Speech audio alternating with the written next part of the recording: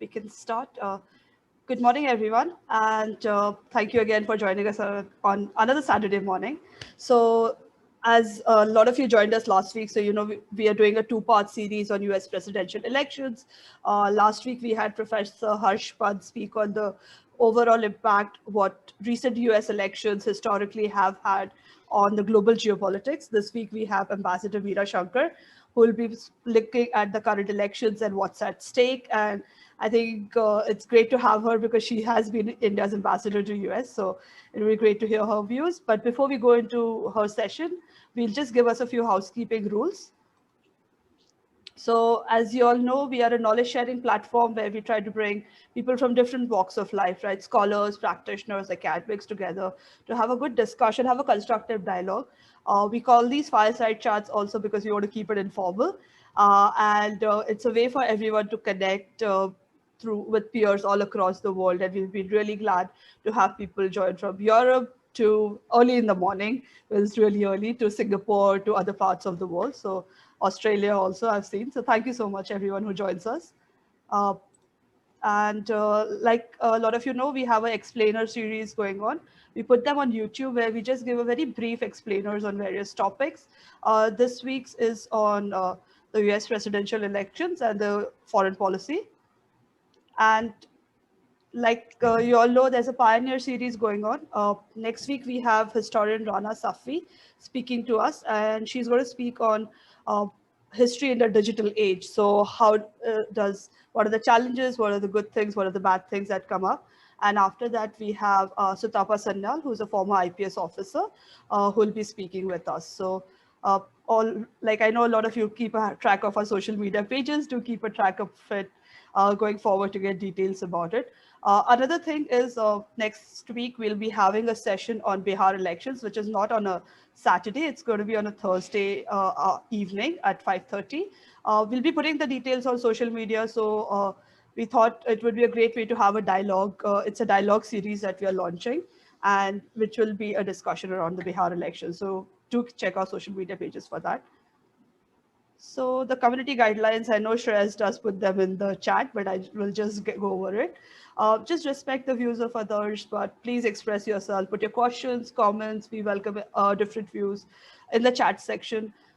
Just to keep the noise low, we don't give the right to speak other than speaker and moderators.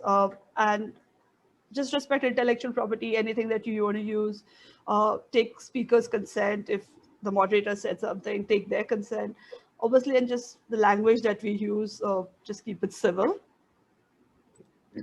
So this is how you can reach us, Pallavi Shas. And obviously, if you look up Asian Pathfinders on social media, you can find us. And today's session, so it's US presidential election, what's at stake. Our moderator today is Charumati Haran, who is the student of Masters of Public Policy at the Hertie School of Governance in Berlin, Germany. She has previously worked with the National Skill Development Corporation, a public-private partnership under the Ministry of Skill Development and Entrepreneurship. She has also worked for think tanks and youth organizations. In terms of academics, she's been a graduate of the Delhi University, and her interests lie in technology-driven interventions, applied research, and international relations. So I want to stop speaking, and over to you, Charu, to introduce Ambassador Shankar. It's a real honor to introduce Ambassador Shankar. We have with us a former Indian Foreign Service officer with an illustrious career of 38 years in the service. As a diplomat, she served as many important positions, most recently as India's ambassador to the United States. I actually came across an article that was showing that Hillary Clinton congratulated her for her role, and I was very, very pleased. The ambassador of India to Germany, where I am right now, from 2005 to 2009, the additional secretary at Ministry of External Affairs for the United Nations and international security issues, and joint secretary or head of divisions dealing with neighbours, Nepal and Bhutan, and the South Asian Association of Regional Cooperation. We should note here that she was the second Indian female ambassador to the USA, and she has extensive experience in South Asia, USA, Europe, security and economic issues, and post-retirement. She continues to write on these matters. I believe she's currently serving on the boards of some Indian companies as an independent director, and also on the Governing Council of IRADE, or IRADE, a non-profit think tank, and she also chairs FICCI's Committee for Mentoring Women on Corporate Boards. Such a pleasure to have you here with us today.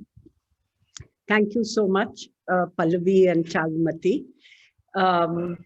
First of all, let me say this is a pleasure to see many young people in the audience, because the future is really theirs and it's they who we have to reach out to.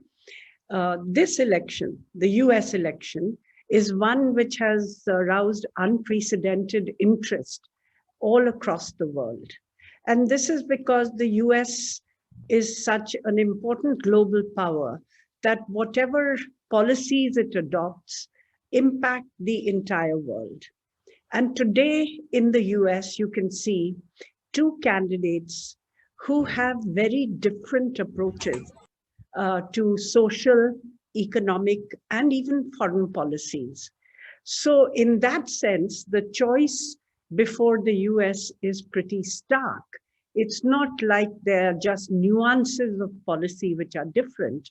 There are very fundamental differences in the approaches that the two candidates have to economics and social policies in particular. So I'm going to focus on the policy approaches of the two candidates on these major questions, and then maybe just give a little wrap up of where the election scene stands today. In the economic field, President Trump claims that he has created the best economy ever, and that growth has been higher than in any period previously, and that he's created more jobs. Yes, it's true that the economy has performed well during Trump's first 3 years in office, but not to the extent that he claims, because it's a continuation of the progress that had been made under President Obama's first 2 terms. You will recall that President Obama had inherited what I would call a crown of thorns, because you had the financial crisis, the absolute collapse of the US banking sector, the collapse of the US economy, and then the collapse of the global economy. In fact, I think when he took office, unemployment was officially running over 10%. But then informally, people said it might be much higher. And by the time he left, I think it had come down, unemployment rates had come down to about 4.8%. Now, under Trump, those unemployment rates came down further by about 1%. To a little over, I think, 3.5%, which is historically one of the lowest unemployment rates that the US has had. But as I said, it's a continuum, because the huge drop in unemployment actually occurred during Obama's term from 10% to about 4.8%. And then we've seen it fall further by about 1% during Trump's term. In terms of growth, again, we see the same kind of continuum, because the average growth during Obama's terms was 2.3%. And in Trump's term, it's gone up to 2.5%. So, and this is in the 3 years prior to the pandemic. But of course, the pandemic has led to a very serious drop in economic growth. In the second quarter, April, May, June, it was as high as 40%. And today, the IMF predicts that the economy at the end of the year is likely to see a contraction of over 4%, around 4.5% this year, and might bounce back to about 2.2% growth next year. So a serious economic downturn as a result of the pandemic and the failure to stem it. Unemployment levels have also risen very sharply as a result of this downturn, and they were over 14%, but now have stabilized and come down to about a little less than 8%, about 7.8 or 9%. So the US is facing a fairly serious economic crisis, and both candidates have tried to project themselves as the candidate who would be able to actually oversee a US economic recovery, nurse the economy back to health, and deal with record levels of unemployment. Now, President Trump, when the pandemic hit and the economy began to go into free fall in the second quarter, enacted a series of legislations which provided about a little over $2.8 trillion in economic relief and stimulus on account of the corona pandemic. And this has gone to shoring up people's income who have lost employment, to helping small businesses and businesses overall cope with the crisis. And of course, he has now proposed a second stimulus, which he wants to be more than $2 trillion. The Republican refuses to sign off on this because Trump's infrastructure spending proposals are part of this $2 trillion, and the Republican-controlled Senate wants a corona aid package to be separate and not include infrastructure proposals. So it's unlikely that this is likely to go through. Beyond the budget proposals that President Trump has sent to the Congress, and which seem difficult to pass at this stage, he has not really spelt out in any very great detail a plan for how he is going to bring about recovery. Now, candidate Biden has put forward a proposal that the corona relief package should be more than $2 trillion, the second package. And he has also put forward an infrastructure proposal, which would be about 1.3 trillion, I think, of spending on infrastructure, which would include a huge package for a green energy economy. There would be provisions for renewable energy research and innovation. There would be funding for US buildings to rebuild to be more energy efficient. There would be specific fundings for roads, improving roads and infrastructure, and for modernizing schools within this package. Now, Biden proposes to fund this package because the US is already heavily in debt in terms of the packages that they have already adopted. He proposes to fund this package by his increase in tax cuts. Now, one of the central pillars of Trump's policies were the personal income tax and corporate tax cuts that he introduced in 2017. And these are valid till 2025. And he, in his proposal for $2 trillion, also in his budget proposals, also proposes to extend the tax cuts beyond the personal income tax cuts beyond 2025. Biden would withdraw the tax cuts that Trump has introduced and take the personal income tax rate of the highest percentage income owners back from 36% or from 37% to over 39%, as it was before Trump introduced the tax cuts. He would introduce Social Security contributions, or what are called payroll taxes, for those earning an income of more than $400,000. And he would also tax capital gains and dividends at the normal rate for those earning over million a year.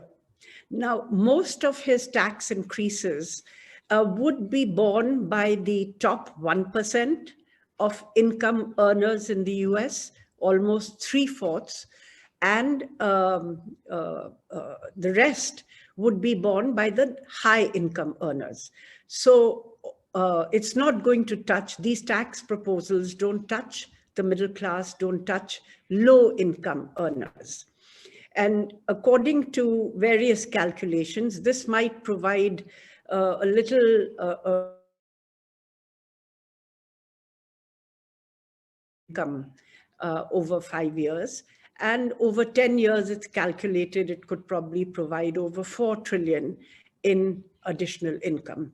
So this is how Biden proposes to pay for the infrastructure and renewable energy green fund that he proposes. And in his proposals, which have gone to the budget right now, he has actually proposed reductions in funding of Medicare and Medicaid by quite substantial amounts. And this has drawn criticism from the Democrats, who say that doing this during a pandemic is close to being totally irresponsible. Biden would maintain the Affordable Care Act, but also create a public insurance option. He's not health insurance option. He doesn't propose to provide Medicare for all, but he does propose to introduce a public health insurance option, which would introduce greater competition. And also, he says, be able to reduce costs by being able to do collective bargaining with the insurance, with the health service providers. So that's the difference on the health side. In terms of the approach to the pandemic, President Trump has basically, I think this has been his weakest point, while the economy prior to the pandemic was his strongest point, and most people felt that they had more confidence in him handling the economy. But the pandemic has proved to be his Achilles heel, because he didn't take it seriously enough and basically said that it was going to disappear by Easter, it would disappear by the hot weather. And today you see that there is a new wave of infections in the US, with daily cases surging over 60,000 a day and about 800 deaths a day. Over 220,000 people have already died in the US from the pandemic, and more deaths are expected. So I think this has really been Trump's Achilles heel. What would Biden do differently? He says he would mandate that everybody should wear masks, have more rapid testing and an increase in testing overall, provide for more PPEs, and, as I said, proceed with a public insurance option in the Affordable Care Act. He doesn't rule out future lockdowns. Now, Trump against any lockdowns because the remedy may be worse than the disease, because it can kill. Vaccine, he said that we'll have a vaccine in a few weeks, but most companies don't think that it'll be before early spring next year, by when the vaccine would be available for distribution. And especially even if, emergency clearances are given for a vaccine, let's say, by the end of this year or early next year, it would first go to priority workers, healthcare workers, those on the front line, such as firemen or manning other public institutions. So the availability of a vaccine for the public, I think, is likely to extend at least into the spring, summer of next year. And then it's going to take a while before people actually get the vaccine. And scientists are saying that, or experts are saying that, continuing with precautions such as wearing masks and, personal hygiene, washing hands, etc., will be important even once the vaccination program starts. So clearly the pandemic continues to be a weak point for Trump, and he hasn't really pulled himself up to outline any plan for dealing with the pandemic as yet, beyond hoping for a vaccine. In terms of social policies, health, I mentioned, is one key area where there's a big difference between the two candidates, but also on immigration.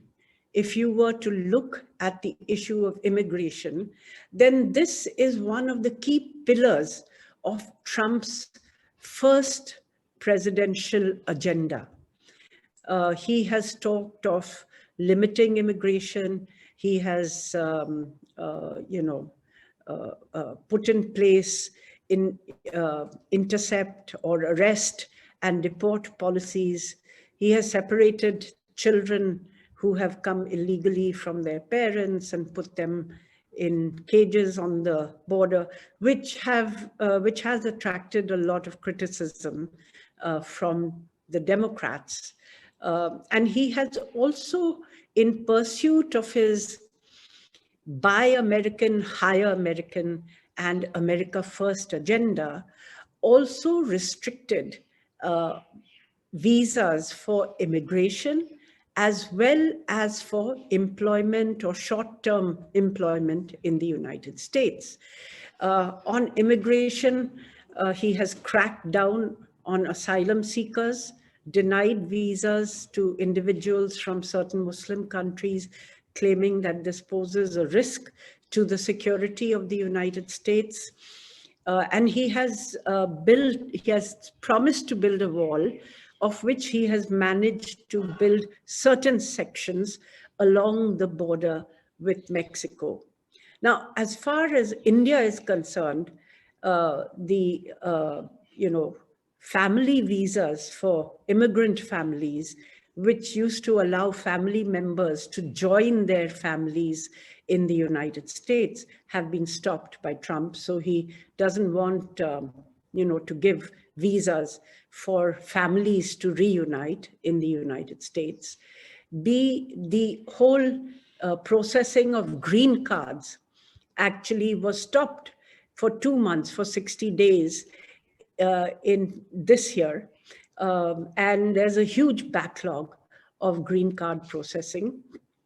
On the H-1B visa issue, Trump, through executive orders, tightened the H-1B visa program to make it more difficult for Indian companies to compete, saying that you have to establish that you are sending high-skilled workers, and mere software computing skills will not be considered as sufficient for this. So the onus is on the companies applying to prove that these are skills which are not available in the United States, made it more difficult to shift workers from one place to another. And then towards the end of this year, he completely suspended the H-1B and L-1 visa programs till December for 3 to 4 months, I think from September. But this was overturned by a court saying he had overreached his authority. Thereafter, the Trump administration has notified draft final rules which raise the fees for applying for these visas.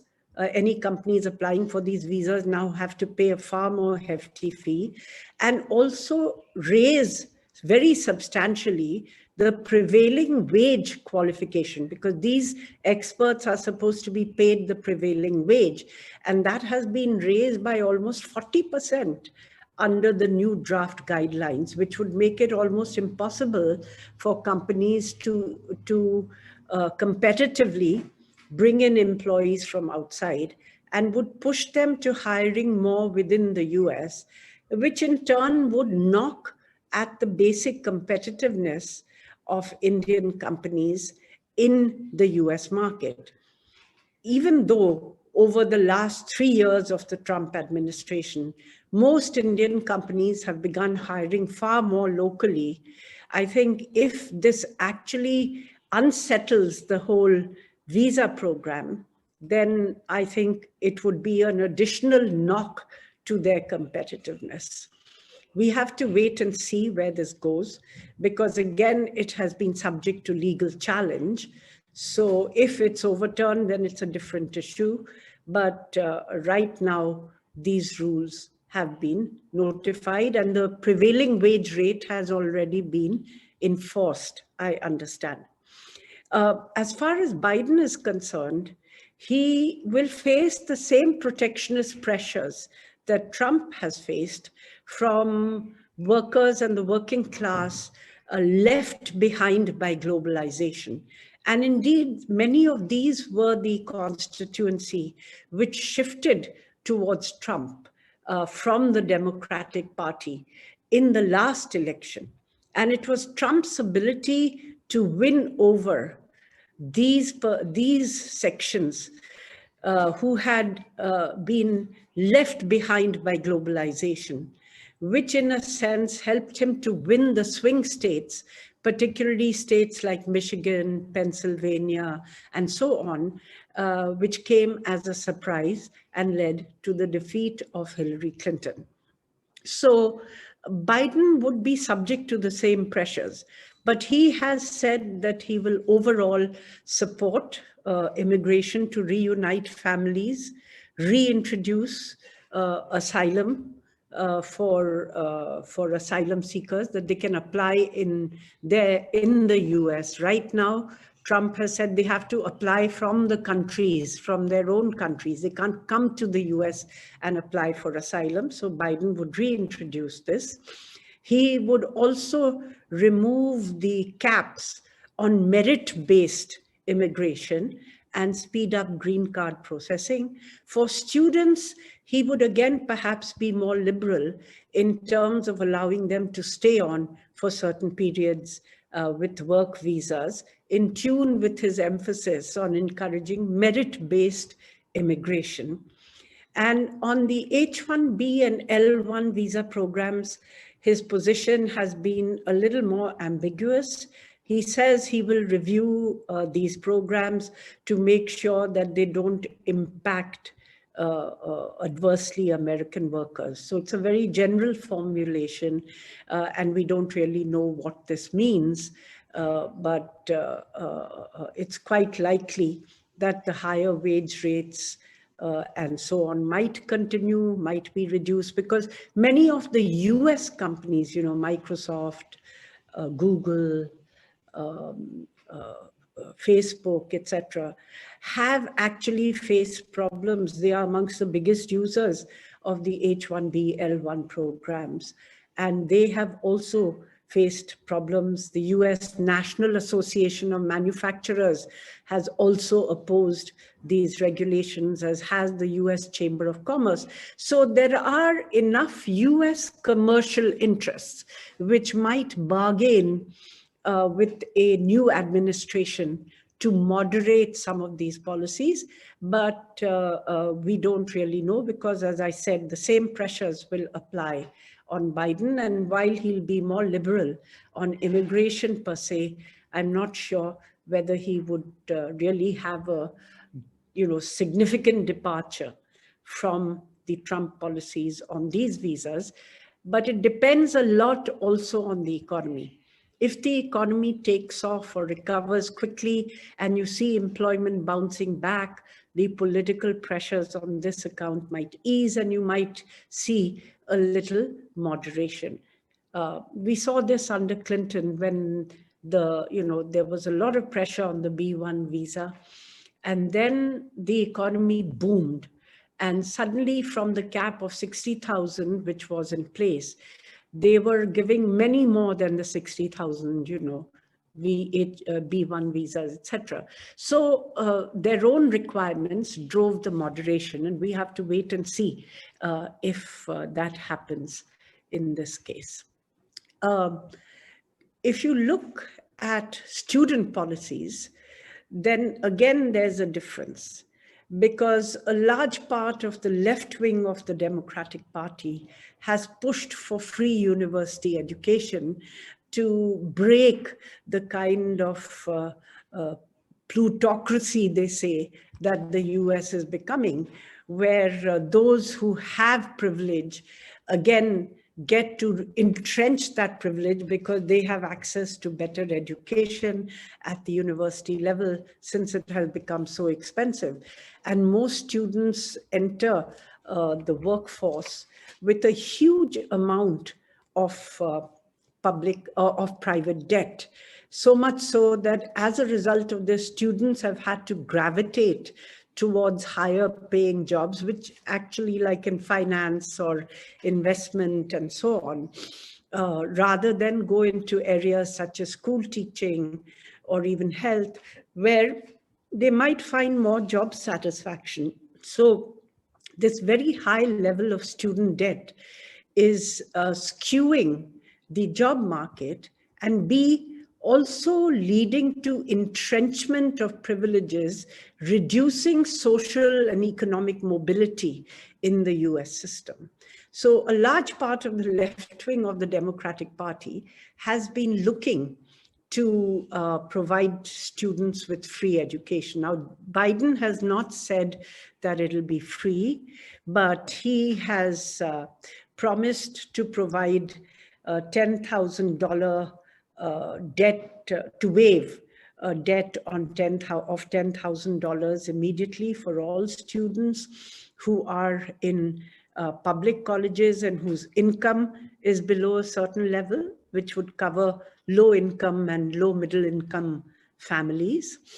And he would also provide the fee waivers for tuition debt of students in these public funded institutions, and would also provide waivers for public service, which are there at present.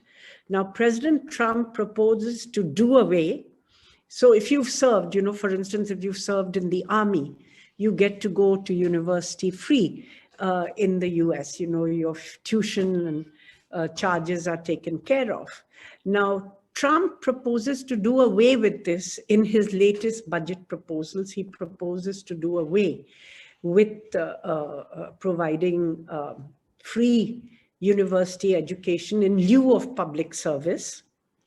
And he has also proposed reductions in his budget this year for student loans and education, again lending himself to criticism from the Democrats that this is happening at the worst time, when students and others are actually in a very difficult position and need to be supported. So again, a big difference in the higher education sector. Trump would provide certain tax credits for his, for scholarships for his education program, which provides for choice at the school level, and also has some schemes for higher university education. But at the moment, his budget proposals actually propose reductions in spending in this field. Now, another key area where you will see a huge difference between the two candidates is the area of climate change. And you see that President Trump is actually has implemented what he said he would in his first presidential campaign, and that is to walk out of the Paris Climate Change Accord. He doesn't believe that climate change has any scientific basis, is a non-believer, and feels that it will lead to, it's unfair. The Paris Accord is unfair because it puts more obligations on the US than countries like China and India, and that it will lead to, closure of US industries and jobs.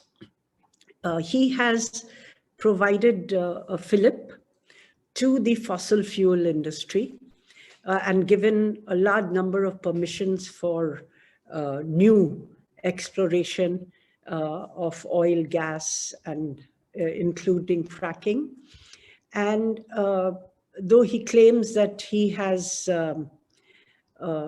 made the US energy independent, because the US now has become, from a net oil and gas importer, it has become a net exporter. In fact, we are importing US gas and probably also US oil. That this means that they no longer have to fight wars in the Middle East or in countries which have high oil resources in order to secure those resources. Now, again, this is a trend which has continued with the discovery of shale gas in the United States. And also in Canada, you had a situation where US energy production is meeting all their requirements and there is a surplus. So this is a trend actually which started with the discovery of shale gas. As far as Joe Biden is concerned, he makes climate change one of the centerpieces of his presidential agenda and says that he will rejoin the Paris Accord and will work to get higher commitments from countries around the world going beyond Paris. He has proposed this 1.3 trillion infrastructure and renewable energy, green energy fund, which will really push the US as far as renewables is concerned. And his target is to have a net zero carbon emission economy by 2050. Critics in the US say that this is too little too late, and that the US should be more ambitious because 2015 is very far down the line. He also says that he will have a net, carbon neutral energy sector by 2035. So that is something which he is aiming for earlier. His proposals also include the option of net zero emission public transport in all cities in the United States by 2035. So he has very specific goals that he has set himself, and many of these would be achievable because the US energy sector had already shifted away from coal to gas for economic reasons, because it was more economic to use gas than to use coal.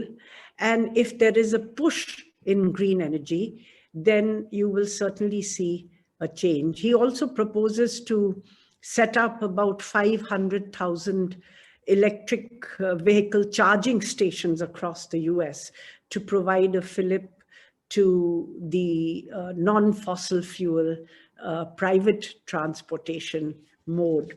So he has very specific proposals on the climate, on his climate change agenda. And in fact, he looks at these proposals as going beyond just a response to climate change, but as providing the kind of impetus and stimulus for America to really dominate 21st century economy, technologies, where he thinks China, because of the huge subsidies it has provided, has taken a lead. It's taken a lead in renewable energy, in terms of the electric vehicle programs and so on. So here with this, Biden thinks that he will be able to create jobs and provide the impetus for the US to dominate the technologies of the 21st century and the green economy. So he looks on it also as a key part of his economic policy package. Now, if we come to the area of foreign policy, which is including trade policy, which is what would concern India a lot. Then, President Trump has provided a fillip to the strategic partnership between India and the United States. Overall, globally, his foreign policy has been a bit erratic. He has actually upturned many of the traditional pillars of US policy, including the importance attached to NATO, and pushed for NATO countries to provide more funding. He has adopted a more transactional approach, and trade protectionism has been a key part of his foreign policy agenda. Somehow he has felt that the US has been taken for a ride in successive trade agreements, and that this is not in the interest of the United States, and he will work for reciprocal advantage. As far as China is concerned, Trump has initially adopted a somewhat confused position because he walked out, he abandoned the rebalanced strategy which the Obama administration had crafted for the Asia Pacific, whereby they would move more of their military forces and resources from the NATO naval theater to the Asia Pacific theater, expand their military bases in this region, strengthen alliances with existing alliance partners, and shore up partnerships with other friendly countries. Now he abandoned, and the Trans-Pacific Economic Agreement, Free Trade Agreement, which was a core part of this strategy. Trump walked out of the Trans-Pacific Agreement, said he would not pursue the rebalance strategy, and seemed to imply that there was no reason for the US to be in places like South Korea or Japan initially. Later, he adopted a more aggressive stance towards China, especially with regard to trade, and imposed sanctions on Chinese imports into the United States, claiming that China doesn't really play on a level playing field and uses subsidies and artificial currency depreciation to keep its exports competitive. Now, Trump has not proposed, any amelioration of this trade, combative trade policy with China in his second term. And indeed, the US trade deficit has dropped last year in 2019. And this year too, of course, you can say primarily because of the pandemic, but it dropped last year as well. As far as Biden is concerned, he also believes that China is the key challenge for the United States, both today and in the years to come. But he proposes to deal with them not through unilateral, imposition of penal tariffs, but by creating a coalition of alliance partners to pressure China on these fronts. Of course, both candidates have alleged personal dealings with China by the other. Trump's followers have alleged that Biden's son had dealings with a Chinese investment company, and with which also, had probable payments to Biden. There's been very little evidence in support of this. And also, this is for a period, actually, when Biden was no longer the vice president. The Democrats have alleged that Trump had a secret bank account in China, but it's obviously not secret because the New York Times was able to find it from what they say were his tax returns. Of course, he's not publicized it, but it's a different matter that it's not secret. And Trump says that this was part of his normal business activities of his hotels division, where they were looking to see what opportunities there were in China. But nevertheless, this is something that both candidates have traded. So Trump would continue a tougher policy on China. Particularly, this has been a key plank of his campaign in view of his mishandling of the pandemic. He has sought to put the blame on China, calling it the China virus, the China plague, and generally racketing up pressure on China during his campaign.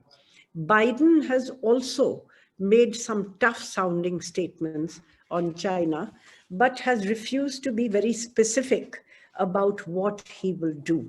So, but I think at some level, you are going to see a debate in the Biden camp. And we've seen this earlier in the Obama camp, where initially they came in with a policy saying, we should have a policy of strategic reassurance for China. That is, if we reassure them that we are not going to trouble them on their core interests, including Taiwan, Tibet, and so on, that China will cooperate with us in the solution of global problems. Of course, this didn't work. And by the end, they had crafted the rebalance strategy.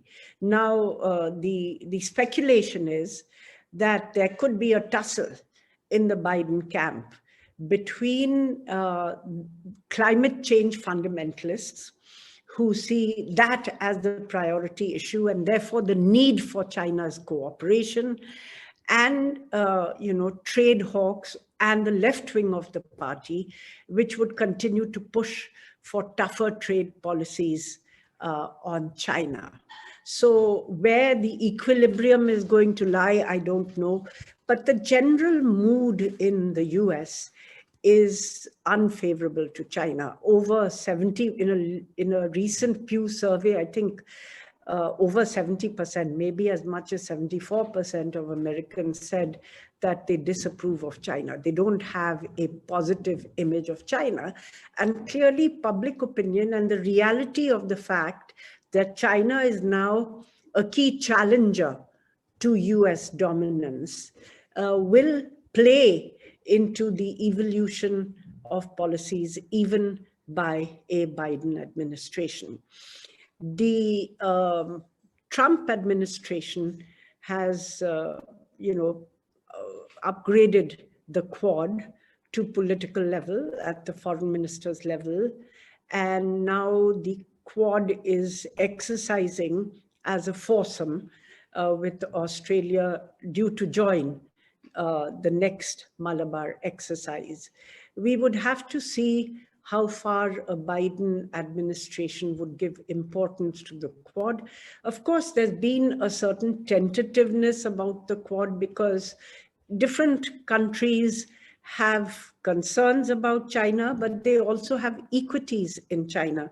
For instance, even today, I think over 40% of US PPE protection equipment imports are from China. Or, China supplies the APIs for so many pharmaceutical drugs. So there are rare earths, again, is something where China has quite a dominant, rare minerals as well, quite a dominant role because they've cornered global resources. All countries, I think, have serious concerns about China's aggressive behavior. They also have equities, and how that balance is going to work out in future remains to be seen. You will have the 2+2 dialogue, which started during Trump's time. It was proposed during Obama's time, when Hillary Clinton was Secretary of State, but I think India was a bit reluctant at that stage to have a 2+2 dialogue with defense and foreign ministers. So it actually kicked in, I think, later. And now you're going to have the third such dialogue with Mike Pompeo and Defense Secretary Mark Esper coming to India. And some of the foundational agreements are likely to be signed. Now, as far as the defense relationship between India and the United States is concerned, you can see a continuity between the two administrations, Obama and Trump, both on defense and counterterrorism. It is under Obama that we began the exercise of enhancing India's status for purposes of US exports. We were, when I went there, we were along with Vietnam and Sudan, and in the lowest tier, which meant that, much more stringent conditions applied to any US exports of defense equipment or technology to India. We worked to change that, and under Obama, finally, India was given the status of a major partner, defense partner, on par with the US's closest allies. The Trump administration then gave that, regulatory sanction by clarifying, they adopted the regulation which would provide the framework for application of this policy. The Defense Technology and Trade Initiative launched under Obama hasn't really made that much progress under Trump as far as India is concerned. But defense sales, which picked up under first President Bush and then Obama, have continued to grow and are pretty robust. We have got, maritime surveillance aircraft, helicopters, transport aircraft, including C-17, which we have used to transport equipment right now to the Ladakh border. And I think this defense relationship will continue because India buys. We don't take aid from the United States for purchase of defense equipment. We buy against hard foreign exchange payments. India and the US have since concluded three foundational agreements, which the US was keen on. The Logistics Exchange Memorandum of Understanding, which provides for logistic support to each other's defense forces. The COMCASA, that is the Communications Security and Cooperation Agreement. And now speculation is that we might sign the third one, which is the Basic Exchange of Geospatial Data. So if this is signed during the coming 2+2 dialogue, then all three foundational agreements would have been concluded. And this would make it easier for India to get higher levels of equipment and to have interoperability with the US. On counterterrorism, we signed the first counterterrorism MOU under President Obama, and the cooperation has become more confident, more close under Trump. Initially, he took a much tougher line on Pakistan, suspending aid, which the Obama administration had also suspended, military aid of about $700 to $800 million after the Osama bin Laden raid. But now I think his policy towards Pakistan has softened Trump's because of Pakistan's role in delivering the Taliban for political negotiations in the US and in Afghanistan, and its continuing role to see in this whole, political dialogue, which is now underway in Afghanistan to find a peaceful solution to their internal conflict.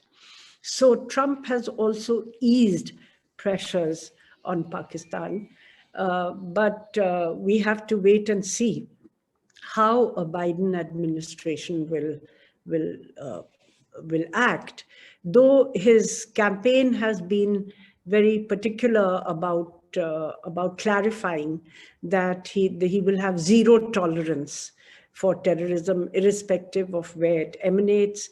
And again, he has expressed, the campaign has expressed support for, peace and security on borders, including on our land border with China. I think this is one thing where the Trump administration has been more forthright, not President Trump himself, but the Trump administration in terms of actually expressing support for India on the border and recognizing India's claim to Arunachal and so on. Again, we hope that the Biden administration continues these policies, because a big geopolitical challenge for him is going to be how he is going to stem China's aggressive territorial stance, be it on the maritime boundary, be it vis-a-vis Taiwan or the disputed islands with Japan, be it on the land border with India. So overall, as I said, there are choices that the US people have to make. At the moment, the national polls show Biden having a 7 to 14 point lead. Different polls show different amounts, but averages are around 8%. But we've seen in the last election that a lead in the national polls doesn't necessarily mean a win because of the electoral college system. So how is Biden doing in the battleground states? He is ahead in states like Michigan, Wisconsin, and then ahead in most of the other states, barring Texas, and I think one more, South Carolina, where Trump is ahead. But in many of these states, the margins are thin, like Florida. Sometimes Biden has a 6% margin, then it's down to 1%, so it's still, I think, a little open. And people keep talking of a surprise by Trump shy voters, as they categorize them, that is, voters who are too embarrassed to say in public that they are supporting Trump. So the Democrats themselves are very worried about this kind of surprise. But it's a little more predictable than last time, because the pattern in each of these, most of these battleground states still shows Biden ahead, even though the lead fluctuates. But we have to wait and see. I think, given the surprises last time, nobody is taking a definite call on the elections, though by trends, Biden is ahead. Between now and election day, as we've seen in the last election, you can spring surprises. So we have to wait and see. Plus, there's the question of the actual post-election process, given that Trump has said he will not accept the results because he doesn't believe that the mail-in ballots are fair and so on. So it could be a messy post-election scenario unless Biden wins by an overwhelming amount. It could be a messy post-election scenario and end up in the Supreme Court. So I've put before you a kind of a snapshot of the policy issues at stake, as well as where the whole battle is right now. I'll add one more thing, the NRIs. They don't really account for that, larger percentage of the voting population. I think it's very small, but they are concentrated in some of the battleground states. And that's why that has become an important factor in both candidates wooing the Indian American community. Biden has actually chosen a vice presidential candidate of part Indian American origin, even though her main identity has been Black American, because her father was of Jamaican American origin and is, that's the identity that she has chosen for herself, to be part of the American mainstream. They are also more active in terms of funding and in terms of being visible in public life. And you may see more of them in the US Congress. In the Senate, Kamala Harris was the first US senator in recent times of Indian origin. And in the Congress, I think you've had 4 of them, and they are called the Samosa Caucus. So that could increase because many more are running in the elections for the House.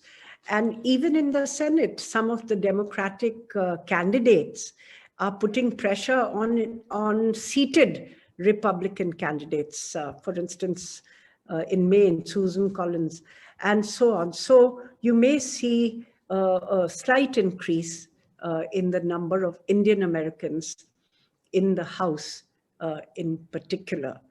Overwhelmingly, the Indian Americans tend to vote Democrat. And that is true, polls show that is true even today. But more have shifted, a little more have shifted towards the Trump campaign because of his perceived closeness to Prime Minister Modi. But this is not a key issue for Indian Americans. Indo-American relations is not a key issue in polls taken with the Indo-American community. For them, it's the pandemic, it's the economy, it's jobs, it's immigration. These are the issues which will determine where they are going to vote. And you'll see the same breakup. It's not a homogeneous vote. The academics, professionals, more liberal segments vote Democrat.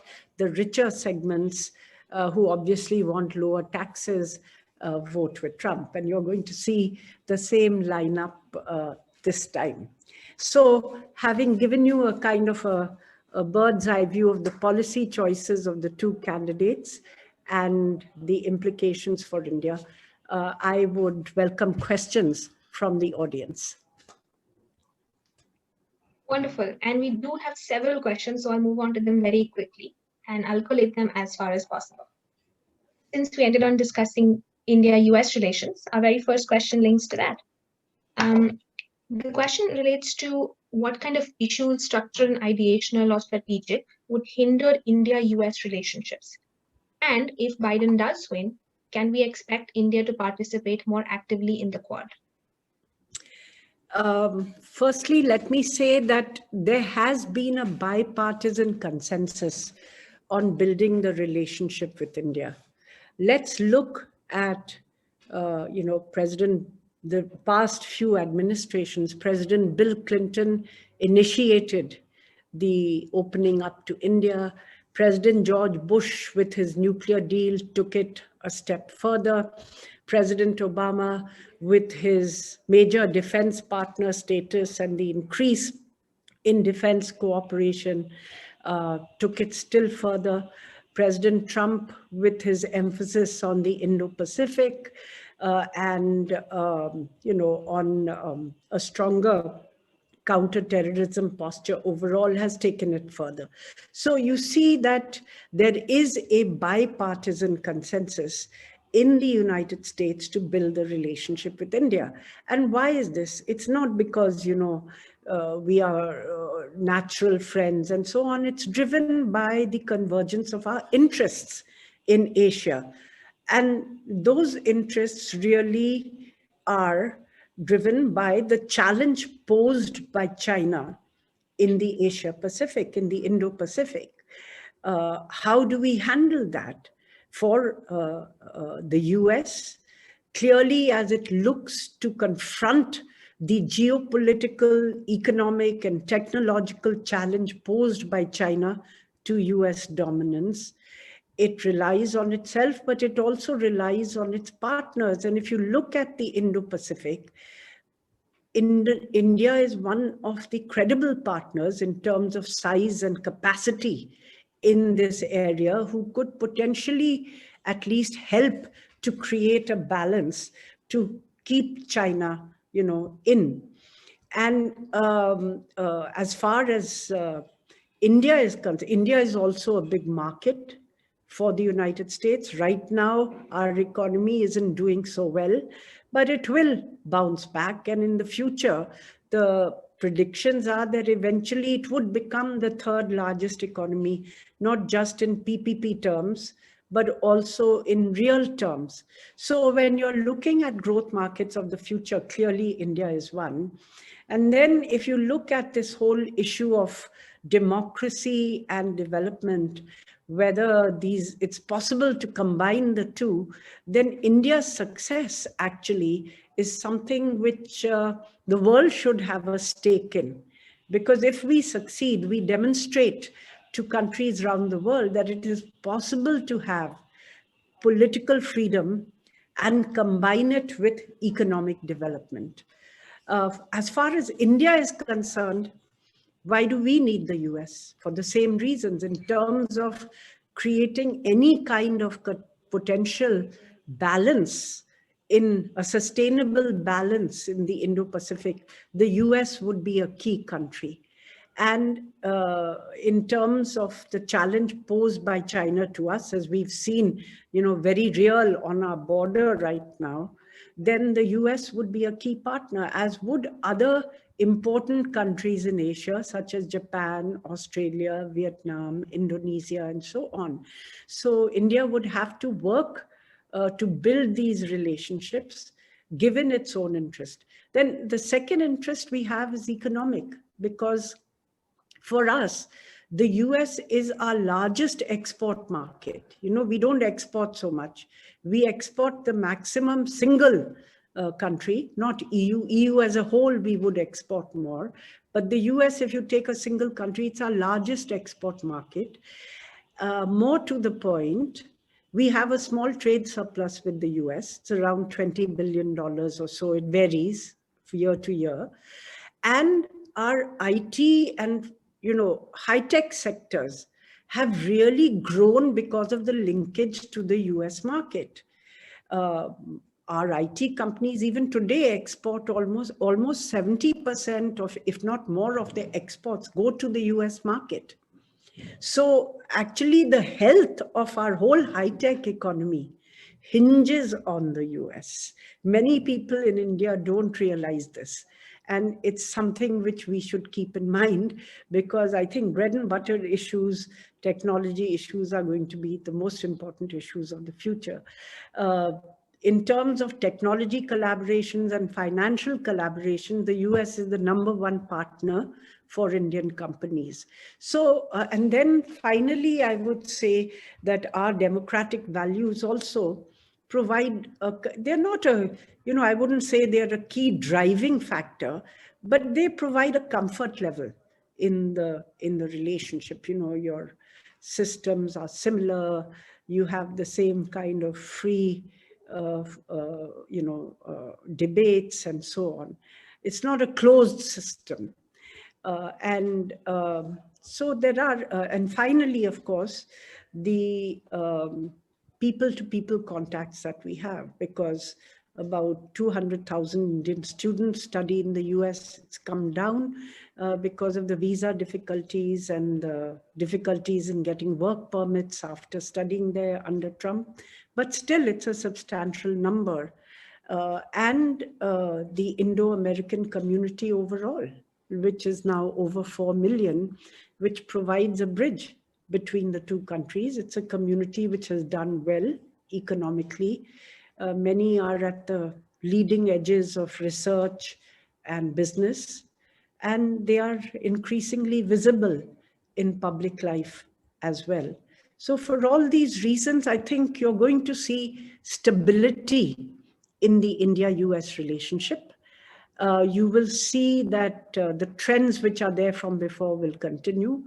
And there may be downsides and upsides on both, in the sense that Trump was good in terms of the strategic relationship, the tough posture on China, the tough posture on terrorism and the defense cooperation, but bad for us on the economic side. He withdrew GSP for our exports, removed developing country status for India, so tougher rules apply to us for subsidies, put punitive tariffs on steel and aluminium exports from India, made the H-1B visa and L-1 visa program so difficult, knocking at the competitive edge of Indian IT companies, and still continues to go down that route. So on the economic side, Trump has been very unilateralist in the way in which he has approached issues pertaining to India. Maybe that will not be the case for Biden. He will negotiate more, but Biden might give more emphasis on human rights or democratic freedoms. So that might be something where we might have some problems or issues. But overall, the central thrust of the relationship is going to be driven by this strategic convergence in the Indo-Pacific, and other issues are going to be there at the periphery. Absolutely. A very thoughtful response, and I must appreciate how you've been willing to stay over time and communicate this in such detail with all our participants. And that reflects in the detail of these questions, which unfortunately I will have to summarize. The next question is more of a hardball that's come in, and it's asking on how the India-US relationship will affect the conversation around Kashmir and whether that changes depending on who becomes president. Look, when I was ambassador and you had all those stone throwing incidents in Kashmir, big agitation, etc., and there was pressure from the Pakistanis for the US to make a statement. Actually, I was able to explain, that these were different tactics and that this was something which was adopted on the eve of every UN General Assembly session or on the eve of any visit by a political dignitary from the US or Europe to try to capture the headlines. And if the US made a statement, they would just be playing into it. And the US never made any statement. So it's up to you to explain the logic of what you're doing. And I would feel also to moderate the excesses of your policy in Kashmir. I mean, is it written in stone? It isn't. You yourself say that we will look at restoring statehood once the situation improves. So you're looking at an incremental and evolving policy in Kashmir. It's not a policy which is written in stone and can't be, because political and social problems don't lend themselves to scientific solutions. They're not like a science formula that you can apply. And you have to evolve and adapt as the situation goes. So you should also see what you need to do, and you should be able to handle the US system. Because as I said, I think this core interest in the partnership with India will drive the relationship. There will be pressure from the left wing of the Democratic Party, but I think we should be able to handle it. As far as Trump is concerned, he has also offered mediation on Kashmir. If you recall, he has twice or thrice offered US mediation on Kashmir, and actually said that Prime Minister Modi had asked him to mediate, which was refuted by the Indian side, saying that there was no such conversation. And now, more recently, he has again said he would love to mediate between India and China. So, these are things which you learn to handle. And the US policy is very clear that they are not going to mediate between India and Pakistan and on Kashmir. And this is a bilateral problem for the two countries to solve. There may be some push for you to resume discussions with Pakistan, but I don't think that anybody can force you to do anything on Kashmir. Neither can they change the situation in Kashmir, nor can they force you to do anything. So policy on Kashmir should be defined by you in your interests, but it should not be rigid. It should evolve and adapt as the situation requires. Absolutely. And I think it's interesting you ended with discussing mediation, because the next two questions concern elections in very contentious areas. Post-elections, what can we expect from US actions in the Middle East and in Pakistan-Afghanistan region? Look, on Pakistan, Afghanistan, again, I would say there'll be continuity. because President Trump has been very keen to pull the last US troops out of Afghanistan, and he has thinned down troops in response to the Taliban agreeing to enter negotiations, and would like to remove the rest of the troops. Biden would too, because there is absolutely no stomach in the US for continuing their military engagement in Afghanistan. It's been almost 20 years. And they see it as a drain on their resources and manpower without a definite light at the end of the tunnel. So it's not something which lends itself to a military solution. I would say that Biden would follow the same policy with regard to Afghanistan, that his emphasis would also be on trying to get the troops out and a political solution, which the Afghans are discussing at the moment. In the Middle East, there will be a stark difference, because Trump's policy has been one which has tilted heavily towards Israel, and then tried to create a coalition of Israel, Saudi Arabia, and the Gulf Emirates against Iran. It's been basically against Iran. He's walked out of the nuclear deal with Iran, even though Europe and China and Russia still continue with it. He has, put pressure on Iran, additional sanctions, and continues to do that. So I think his policy has seen a significant departure in terms of Iran. Biden has said that he was willing to go back to the Iran nuclear deal if Iran continues to be in compliance with its obligations under the deal, which was to wind up its nuclear program, bring its, reduce its stockpiles of enriched uranium and so on. So Biden's policy is completely different. And this would provide him options in terms of more leeway in the Middle East overall. The Obama administration had also looked at it. They also wanted a deal on missiles and on Iran's regional behavior. But then they had come to the conclusion that slowing Iran's nuclear program was so important that they set aside the other issues and concluded the nuclear deal per se, and also felt that this would provide, leeway, or at least bridges for them to influence Iranian behavior in other sectors, or it would help in the long run. But Trump didn't do that. And so this is one area where you're going to see a significant departure.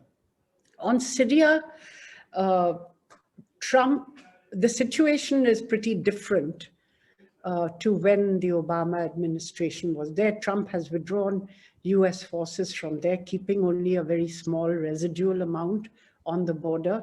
And in the meanwhile, Assad has retaken much of the territory which had been taken by the rebels in Syria. So I don't know if the Biden administration would want to reopen the Syria conflict, because clearly, again, from the left wing of his party in particular, there is pressure against any further military entanglements and to focus on economic renewal and recovery back at home. Absolutely. And now we have the last two questions, which are pertaining to election procedure. One question that's been asked a little earlier on was about the importance of the Senate elections, aside from all the focus on the presidential. Sure. The second question that's come up is what would be the actual importance of these electoral debates that we have between the presidents? It's just some vote gathering, or if it has to be. Sure. As far as the Senate elections are concerned, I think for the Democrats, it would be very important. If you see why Obama was much more of a lame duck in his second term, or after the first 2 years, it's because in the first 2 years, he won the election, the presidential election, and he also had the House and the Senate. So he was able to push through his Affordable Care Act. After that, the Republicans stymied most of his efforts, including his effort to appoint a justice to the Supreme Court, because they got the majority in the Senate. And therefore, it was a divided US House, US Congress, and the ability to steer your agenda, because the US president has a lot of leeway in terms of foreign policy and, what happens in the international sphere and so on. But he doesn't have a national security, but appropriations and nominations, the Senate has a huge role. So deficit hawks in the Senate actually prevented Obama from having an infrastructure stimulus and so on at that stage, after the first $800 billion stimulus that he packaged, that he got through. He had great difficulty because they absolutely put, deficit boundaries and all kinds of things. And he failed to get his nominee to the Supreme Court. Now, Trump, in the last few days of his administration, has nominated, this justice to the Supreme Court, which, the Democrats have objected to. So clearly, having control of the Senate would give them much more leeway. Right now, it's about evenly balanced. The Democrats might get a few more seats, but most surveys are showing kind of a tie and 1 seat or 2 seats in the balance. Nobody knows which way they would go. So real clear politics, which averages all the polls, says, 46 seats for Democrats, 47 for Republicans, and its latest surveys show 46 seats, and 1 in the balance. So it's like a red heat right now, and we don't know which way it's going to go, but the Democrats have a chance of taking back the Senate at this stage. It could be a tie, it could be that they don't succeed, but it's very evenly poised. As far as the second question was on? I was on the presidential debate. Debates. The debates do have an impact if a large number of voters are undecided. If more are undecided, the debates have an impact, more impact. Where voters have made up their minds, and in this case, they seem to have, because 45 million have already voted before the second presidential debate, that it will probably not have that much of an impact. The first debate this time was a disaster, with both candidates and particularly President Trump talking over the heads of the other. You couldn't really find out where, what their policy approaches were. They weren't able to convey their own message to the people. This time the rules were changed to ensure that we don't have the cacophony of the first debate. And so the mics were put on mute for the first 2 minutes after every topic, so that each candidate got 2 minutes uninterrupted by the other to make his statement on that issue.